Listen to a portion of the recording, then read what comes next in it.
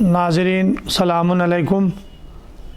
نئے سال کے موقع پر میں پھر آپ کی خدمت میں ایک مرتبہ حاضر ہوا ہوں امامی جنتری کے ساتھ، کیونکہ جیسا کہ آپ حضرات کے علم میں ہے کہ ہمارا ادارہ جو عباس بک ایجنسی کے نام سے لکھنؤ کی سرزمین پر چل رہا ہے، اس کی طرف سے ہر سال امامی جنتری کے نام سے ایک رسالہ شائع ہوتا ہے۔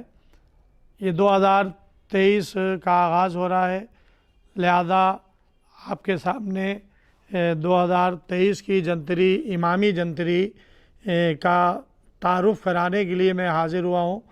یہ آپ کے سامنے جنتری ہے، اس کا نام ہم نے امامی جنتری رکھا ہے، اور یہ امامی جنتری لکھنؤ کی سرزمین سے نکلتی ہے۔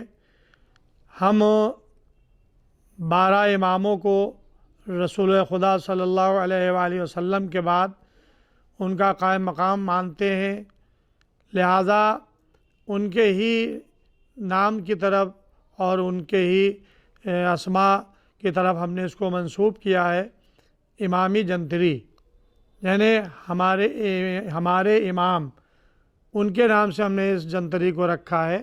اور جیسا کہ آپ کو یہ جنتری کے ٹائٹل سے بھی اندازہ ہو گیا ہوگا کہ اس جنتری میں جو ہے یہ پورے پیغمبر محمد مصطفیٰ صلی اللہ علیہ وسلم کے نام کے ساتھ پورے یہ 12 اماموں کے نام آئے ہیں، اور اس میں فاطمہ زہرا صلوات اللہ بھی ہیں، اس لیے کہ وہ بعزت الرسول بھی ہیں اور جزو رسالت بھی ہیں، لہذا ان کو پیغمبر کے ساتھ میں نے رکھا ہے۔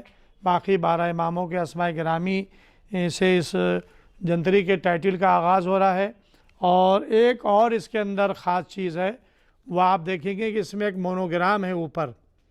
یہ مونوگرام غدیر کی طرف نشاندہی کر رہا ہے کہ جب پیغمبر صلی اللہ علیہ وسلم نے باحکم خدا غدیر خم کے میدان میں مولا کائنات کی ولایت کا اعلان کیا ہے، تو اپنے ہاتھوں پر بلند کر کے فرمایا تھا کہ من کنت مولا فہذا علی مولا۔ تو یہ میں نے اس کا مونوگرام کی جگہ پہ اس کو رکھا ہے تاکہ جب ہم دیکھیں تو ہمیں غدیر کی یاد بھی تازہ ہو جائے۔ ناظرین، یہ امامی جنتری، اس کا ہدیہ اس گرانی کے باوجود مہنگائی، کاغذ کی گرانی جب سے لاک ڈاؤن ختم ہوا ہے، دن بدن کاغذ کے ریٹ میں اضافہ ہوتا رہا۔ گزشتہ سال بھی ہماری جنتری کا ہدیہ 90 روپے تھا، اس سال بھی میں نے اتنے ہی قیمت اس کا ہدیہ رکھا ہے، اضافہ نہیں کیا ہے تاکہ لوگوں تک اس کو یہ آسانی سے پہنچے۔ اس سال جنتری کے مضامین میں سب سے پہلے جو حمد باری تعالیٰ آتی تھی وہ ہمارے ڈاکٹر پیکر جعفری صاحب کی آتی تھی، لیکن اب وہ ہمارے درمیان نہیں رہے، ہمیں افسوس ہے، اور ان کے لیے ہم نے سورہ فاتحہ کی ریکویسٹ کی ہے، درخواست کی ہے۔ آپ حضرات بھی مرحوم پیکر جعفری کے لیے سورہ فاتحہ پڑھ کر ان کو ایصال فرما دیں۔ میں نے اس سال جو حمد باری تعالیٰ اور ایک اور کلام معلم عقل کامل، یہ کوثر زیدی صاحب قبلہ جو لکھنوی بامبے میں اس وقت رہتے ہیں، یہ ان کا حمد باری تعالیٰ اور یہ میں نے اس میں شائع کیا ہے۔ اس کے بعد نماز اول ماہ جو بجا جاتی ہے، پڑھی جاتی ہے، اس کا ذکر ہے۔ اور نماز اول ماہ کے بعد اس میں جو مضمون کے اعتبار سے سب سے پہلا مضمون آیا ہے، یہ آپ کے سامنے ہے، علی حق علی حق علی حق ہیں۔ یہ حقیر نے اس کو قلم بند کیا ہے، تحریر کیا ہے، اور میں سمجھتا ہوں کہ یہ مولا علی علیہ السلام کا فضل و کرم ہے، اور انہی کی دی ہوئی قوت و طاقت ہے کہ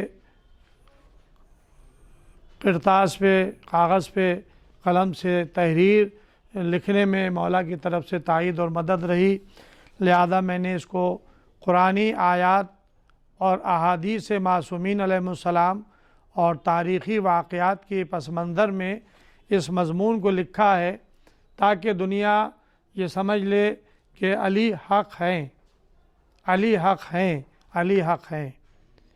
یہ کسی ملک کا نعرہ نہیں ہے، کسی فرقے کا نعرہ نہیں ہے، کسی ملنگ کا ورد و زبان نہیں ہے، بلکہ قرآن نے مولا علی کو حق کہا ہے، اور ایک مقام پر نہیں، تقریباً 4-5 مقامات آئے ہیں جہاں پر مولا علی کو حق کہا ہے، اور متعدد احادیث ہیں جو کہ کتب احادیث میں موجود ہیں، مختلف واقعات ہیں کہ جو تاریخ کے صفحات پر محفوظ ہیں، لہذا میں نے ان چیزوں کو جمع کر دیا تاکہ لوگوں کو یہ پتہ چلے کہ علی حق ہیں، لہذا اس کا انکار نہ کیا جائے۔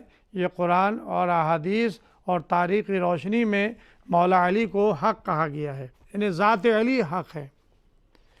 اس پہ زیادہ مجھے آپ کے سامنے گفتگو نہیں کرنا ہے، انشاءاللہ قارئین جو ہے وہ خود اس مضمون کو پڑھ کر اندازہ لگائیں گے کہ مولا علی خود حق ہیں۔ اس کے بعد نوروز افروز عالم جو اس سال 20 اور 21 مارچ کی درمیانی شب میں پڑ رہا ہے، اور اس کی تفصیلات اس کے اندر موجود ہیں۔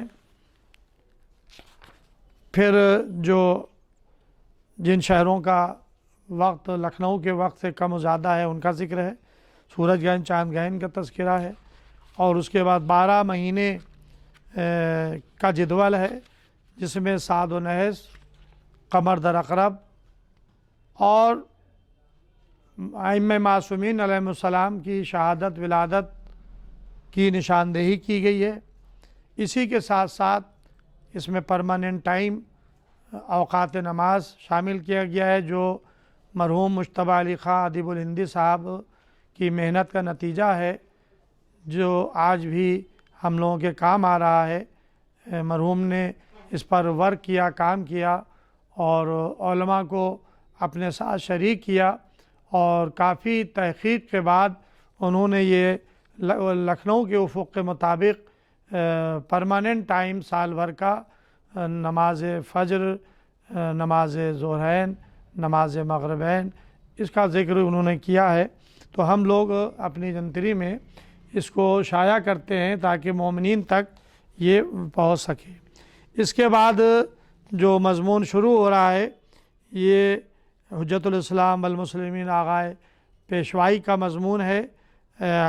حضرت علی علیہ السلام آپ کے مختصر حالات زندگی، لیکن یہ بڑا اہم مضمون ہے، یہ مضمون بڑا شاندار مضمون ہے، مجھے بہت پسند آیا، لہذا یہ آپ کی خدمت میں پیش کیا گیا ہے، آپ حضرات اس کو دیکھیں گے۔ اس کے بعد تحریف قرآن کے سلسلے میں قرآن تحریف سے محفوظ ہے، یہ آیت اللہ ناصر مکارم الشرازی کا مضمون ہے، جو میں نے اپنی جنتری کی زینت بنایا ہے، اور اکثر اعتراضات تحریف قرآن کے سلسلے میں ہوا کرتے ہیں۔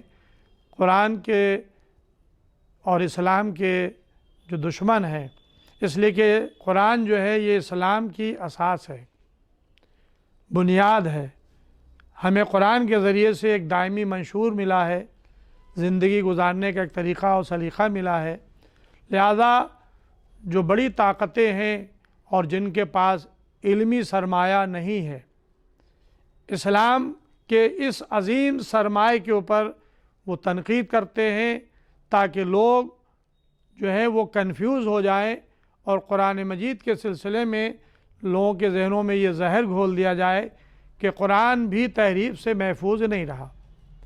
یہ حقیقت نہیں ہے، یہ غلط بیانی ہے کہ قرآن تحریف سے محفوظ نہیں رہا۔ قرآن آج محفوظ ہے اور قیامت تک محفوظ رہے گا، یہ کلام اللہ ہے، کلام الہی ہے، اور ختمی مرتبہ حضرت محمد مصطفیٰ صلی اللہ علیہ وآلہ وسلم کی نبوت کا یہ زندہ معجزہ ہے۔ نہ کوئی کل اس کا جواب لا سکا، نہ آج کے دور میں اس کا جواب آ سکتا ہے، اور نہ قیامت تک کوئی اس کا جواب پیش کر سکتا ہے۔ اور صرف انسانی ہی نہیں بلکہ جو بھی شریک ہو جائے، چاہے وہ جناتوں میں سے ہوں، چاہے وہ انسانوں میں سے ہوں، اور چاہے کہ قرآن کا جواب لے آئے، قرآن کی ایک آیت کا جواب بھی کوئی پیش نہیں کر سکتا۔ قرآن خود کہہ رہا ہے کہ اِنَّا نَحْنُ نَزَّلْنَا الذِّکْرَ وَإِنَّا لَهُ لَحَافِظُونَ۔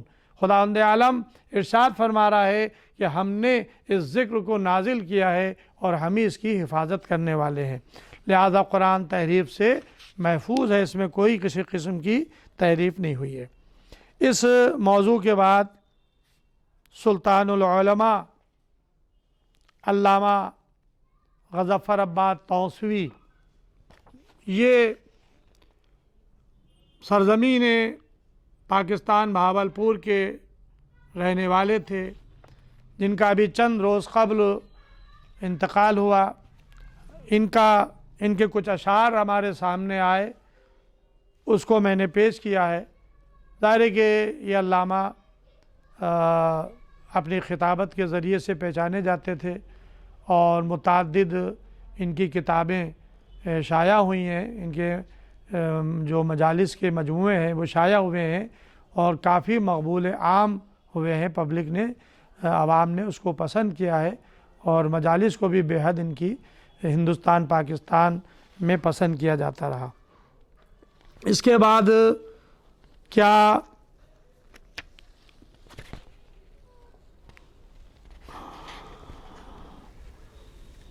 امیر المومنین علیہ السلام نے حدیث غدیر سے استدلال کیا ہے؟ یہ مضمون بھی جعفر سبحانی اور ناصر مکارم الشرازی کا مضمون ہے۔ یہ بھی بہترین مضمون ہے، اس میں بھی کافی حوالے دیے گئے ہیں۔ اس کو بھی میں نے پیش کیا ہے آپ کے سامنے۔ مختصر ہے مضمون، لیکن اس میں یہ ثابت کیا ہے کہ مولا کائنات علی بن ابی طالب علیہ السلام نے اور ہمارے دیگر ائمہ نے حدیث غدیر سے استدلال کیا ہے۔ اور ظاہر ہے کہ غدیر وہ واقعہ ہے کہ جو اسلام کی اساس ہے، اس لیے کہ ختم نبوت کے بعد جو سلسلہ ہدایت آگے بڑھا ہے اسی کا نام ولایت ہے، اور وہ اسی کو غدیر کہتے ہیں۔ یعنی غدیر خم کے میدان میں آخری حج کے بعد پیغمبر صلی اللہ علیہ وآلہ وسلم نے حکم خدا سے، اور حکم خدا بھی کوئی معمولی حکم نہیں تھا، پہلے ہی اشارہ مل چکا تھا مکے میں، فَإِذَا فَرَغْتَ فَانْصَبْ، جب آپ آخری حج سے فارغ ہو جائیں فَانْصَبْ نصب کر دیں۔ یہ رسول اور اللہ کے درمیان ایک راز کی بات تھی۔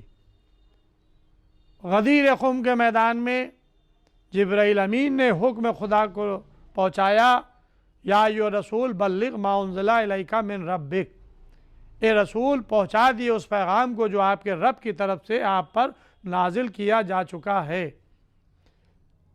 پھر ارشاد ہوا وَإِن لَّمْ تَفْعَلْ فَمَا بَلَّغْتَ رِسَالَتَهُ، اگر آپ نے یہ پیغام نہ پہنچایا تو گویا کار رسالتی ہی انجام نہیں دیا۔ وَاللَّهُ يَعْصِمُكَ مِنَ النَّاسِ، اللہ آپ کو لوگوں کے شر سے محفوظ رکھے گا۔ ان اللہ لا یہدی القوم الکافرین، اور گروہ کافرین کو منزل مقصود تک نہیں پہنچنے دے گا۔ غدیر خم کے میدان میں پیغمبر نے قافلے کو روکا، تقریباً 1.25 لاکھ کا مجمع تھا۔ جو آگے بڑھ گئے تھے ان کو واپس بلایا، جو پیچھے رہ گئے تھے ان کا انتظار کیا، اور ایک فصیح و بلیغ خطبہ جو خطبہ غدیر کے نام سے ہے وہ ارشاد فرمایا، اور اس کے بعد لوگوں سے اقرار لیا کہ میں تمہارے نفسوں پر تم سے اولا ہوں یا نہیں؟ سب نے کہا قالوا بلا، بے شک۔ اور اس کے بعد پھر آپ نے اپنے دونوں ہاتھوں پر مولا کائنات کو بلند کر کے فرمایا کہ من کنت مولا ہو فہذا علی مولا، جس کا میں مولا ہوں اس کے یہ علی مولا ہے۔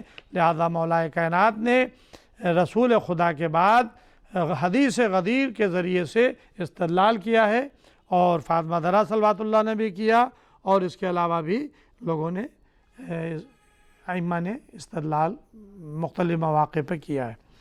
اس کے بعد اس میں جو مضمون ہے وہ یہ ریاکاری، یہ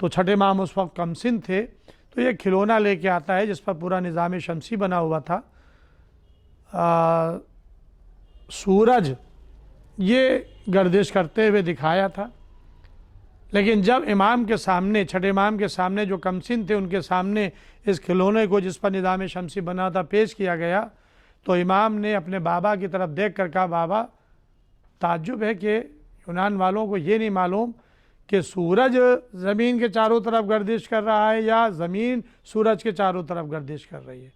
یعنی یہ امام جعفر صادق علیہ السلام تھے کہ جنہوں نے یونان کے فلسفے کو باطل قرار دیا اور بتایا کہ زمین جو ہے یہ سورج کے چاروں طرف گردش کر رہی ہے۔ لہذا امام صادق علیہ السلام کا یہ سائنسی ان کے خدمات جو ہے اس کے اوپر یہ پورا مضمون ہے۔ اس کے بعد اسلامی طب، یہ ہمارے امام رضا علیہ السلام نے جو طب کے اصول بتائے ہیں اور ہمیں ہر مہینے کے آداب سے آگاہ کیا ہے کہ ہر مہینے ہمیں کن کن چیزوں کا استعمال کرنا چاہیے، کن سے پرہیز کرنا چاہیے، یہ اسلامی طب اور امام رضا علیہ السلام یہ مضمون ہے۔ اور اس کے بعد حکومت امام مہدی علیہ السلام، حکومت حق، یہ ایک بڑا اہم مضمون اس میں آیا ہے۔ اور امام زمانہ علیہ السلام کے ظہور کے بعد جو نظام قائم ہوگا، حکومت قائم ہوگی، وہی حکومت حق ہے۔ اس میں پوری تفصیلات ہیں، کیسا نظام ہوگا، کس طرح سے لوگ مطمئن ہوں گے۔ ظاہر ہے کہ امام زمانہ علیہ السلام اس وقت ظہور فرمائیں گے جب دنیا ظلم و جور سے پر ہو چکی ہوگی، اور ظاہر ہونے کے بعد دنیا کو عدل و انصاف سے آپ بھر دیں گے۔ یہ امام زمانہ علیہ السلام کی حکومت حق ہے۔ اس کے بعد یہ حلق کا جو ہے ورم، جو غدود ٹرانسفر بڑھ جاتے ہیں اور حلق میں سوجن آ جاتی ہے، اس کے اوپر ڈاکٹر مظہر صاحب کا یہ مضمون شائع ہوا ہے۔ اور اسی کے ساتھ پھر آخری میں اس میں جو ہے ہمارے خورشید صاحب فتح پوری نے امامی جنتری کے سلسلے میں اپنے خیالات کا اظہار کیا ہے 2022 کا، وہ ہے۔ اور اس کے بعد پھر عشق علی، یہ بھی غضنفر عباس توسوی پاکستان سے تعلق رکھتے ہیں، ان کا کلام ہے جو اس میں شائع کیا گیا ہے۔ اور پھر جنتری یہاں پر تمام ہو رہی ہے۔ پھر یہ مولانا محمد ابراہیم صاحب، یہ ان کا بھی تاثرات انہوں نے اپنے بھیجے ہیں مجھے امامی جنتری سے متعلق۔ اور ہمارے شعور اعظمی صاحب قبلہ جو بمبئی میں رہتے ہیں اور بہت ہی مخلص ہیں، ان کی کئی کتابیں شائع ہو چکی ہیں، انہوں نے بھی جو اپنے تاثرات کا ذکر کیا ہے تحریری، اور مجھے ارسال کیا، میں نے اس امامی جنتری میں شامل کیا ہے۔ اس کے بعد پھر اشتہارات ہیں اور فہرست ہے جو ہمارے کتب شائع ہوتی ہیں اردو میں، ہندی میں۔ الحمدللہ اس وقت تقریباً 300 سے زیادہ کتابیں اردو میں شائع ہو چکی ہیں اور 130 کتابوں سے زیادہ ہندی میں شائع ہو چکی ہے۔ اس کی فہرست آخر میں لگی ہے۔ یہ ہمارے 2023 کی امامی جنتری ہے جو اس وقت شائع ہو چکی ہے، آپ حضرات کی خدمت میں آ چکی ہے۔ اور اس میں میں نے گزشتہ سال یہ کیا تھا کہ اس کی PDF فائل بنوائی تھی رنگین، اور اس کو میں نے نیٹ پہ ڈال دیا تھا۔ اس دفعہ بھی میں اس کام کو انجام دے رہا ہوں، لہٰذا یہ میری تقریر اور یہ تعارفی بیان جو امامی جنتری 2023 کے سلسلے میں ہے، جب یہ آپ تک واٹس ایپ کے ذریعے سے یوٹیوب پر پہنچے گا تو اس کے ساتھ اس جنتری کی PDF فائل جو ہے وہ اٹیچ کر دی جائے گی۔ لہذا جو بھی ہمارا کلپ سنے وہ اپنے واٹس ایپ پہ، یوٹیوب میں آخر میں دیکھ سکتا ہے، اس کو نشاندہی ہو جائے گی کہ اس تقریر کے ساتھ جو ہے وہ PDF جنتری بھی موجود ہے۔ وہ جو بیرون ملک یا دوسرے ملکوں میں دور رہتے ہیں جہاں یہ جنتری نہیں پہنچ سکتی ہے، وہ لوگ بھی اس سے استفادہ کریں گے اور جنتری کو اپنے مطالعے میں لا سکتے ہیں۔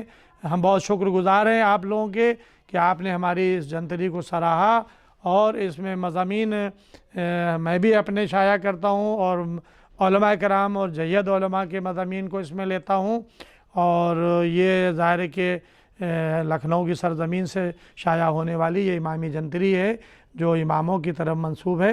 خداوند عالم اور ہمارے 14 معصومین علیہم السلام اس خدمت کو قبول فرمائے۔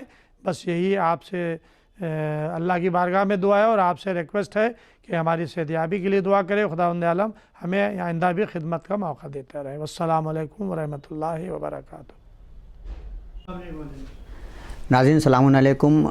ابھی آپ تفصیلی گفتگو سن رہے تھے علی جناب مولانا سید علی عباس صاحب سے، جو امامی جنتری کے بارے میں اپنی گفتگو کر رہے تھے، اور بہت ہی تفصیلی گفتگو انہوں کی ایک چیز اسٹیپ بائی اسٹیپ آپ کو بتائی، پہلے پیج سے لے کے آخری پیج تک کہ کیا کیا چیزیں امامی جنتری میں ہیں۔ آخر میں صرف اس لیے حاضر ہوا ہوں کہ جو بھی ناظرین میری ویڈیو یہ دیکھ رہے ہیں یہاں پہ یوٹیوب پہ، ان سے گزارش ہے کہ اگر وہ اس جنتری کو پورا دیکھنا چاہتے ہیں تو ڈسکرپشن میں اس کا لنک جو ہے پڑا ہوا ہے، وہاں پہ اس کو سرچ کر کے آپ پوری جنتری دیکھ سکتے ہیں۔ جو دیگر ہمارے پاکستان کے ویورز ہیں یا پھر لکھنؤ کے باہر کے ویورز ہیں، جو بھی لوگ دیکھ رہے ہیں وہ پوری جنتری کو اس کو دیکھ سکتے ہیں۔ اور اگر اس جنتری کو حاصل بھی کرنا چاہیں آپ کتابی شکل میں، جس طریقے سے چھپ کے آئی ہے یہ، تو اگر آپ لینا چاہیں تو ہمارا ٹیلی فون نمبر ہے یہاں کا، اس پہ آپ کوریئر کے ذریعے اس کو منگوا بھی سکتے ہیں۔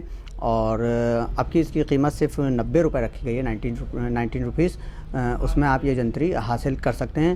اور آخر میں نئے سال کی مبارکباد آپ سب کو دینا چاہوں گا، اور دعا کرتے ہیں کہ یہ سال سب کے لیے خوشیاں لے کر آئے اور تمام شیعہ حیدر کرار خوشیاں منائے، اور بہت اچھا یہ سال گزرے سب کے لیے۔